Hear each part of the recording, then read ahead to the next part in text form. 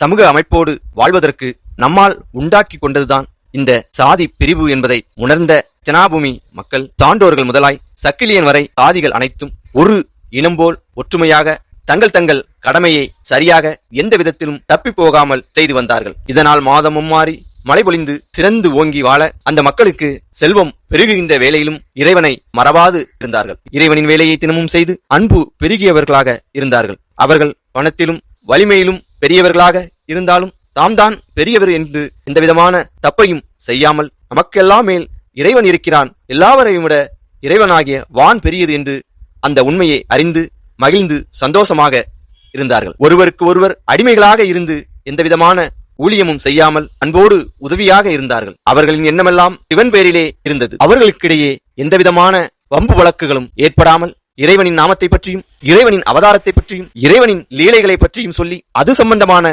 வழக்குகளே அவர்களிடம் இருந்தது. தங்களுக்கு ஒருவர் அடிமைப்பட்டு இருக்க வேண்டும் என்ற எண்ணத்தில் அவர்களுக்கு தொல்லையும் துன்பத்தையும் கொடுக்காமல் தர்மப்படி எல்லோரும் இந்த நாட்டின் குடிமக்கள் என்று சமநிலையோடு வாழ்ந்தார்கள். குழந்தை சொல் போன்று இனிமையான நன்மை பயக்கின்ற நல்ல சொற்களையே கேட்டு இருந்தார்களே அல்லாமல் பேயினுடைய ஆட்டம் போன்று மோசமான துன்பம் தருகின்ற தீய சொற்களை கேட்காதவர்களாக அதை பற்றி அறியாதவர்களாகவே மக்கள் நல்லபடியாக இருந்து எல்லோரும் ஒற்றுமையாக ஒரு குடும்பம் போலே அங்கே வாழ்ந்து வந்தார்கள். இப்படியாக தெய்வ நீதமும் ராஜநீதமும் மறுபேதும் இல்லாத தேச மனுவுடைய நீதமும் தேசத்தில் நட்புடன் நாடி வாழ்வதைக் கண்ட தன் நிலையிலிருந்து மறவாத ஈசர் மகிழ்ந்திருந்தார். முத்தான சீமையான தச்சனா பூமியில் 3 நீதங்களும் சிறப்பாயிருக்க, அதனால் அந்த பூமி பண்பாய் தலைத்திருக்க, இது கலியுகந்தானா என்று எண்ணுகின்ற வகையில் கலியுகத்துக்கான எந்தவிதமான தீய அடையாளங்களும் இல்லாமல் நல்ல ஒரு கலியுகமாய் அப்பூமி இருக்க, நன்மையை போதிக்கின்ற நாளாந்த வேதத்தின் தர்ம நெறிகளை மக்கள் கடைபிடித்து சிறப்பாய் வாழ தங்கமலை, ரத்னகிரி, வெள்ளிமலை, பளிங்குமலை என்று அழைக்கப்படுகின்ற கைலாய மலையின் சிறப்பை பற்றி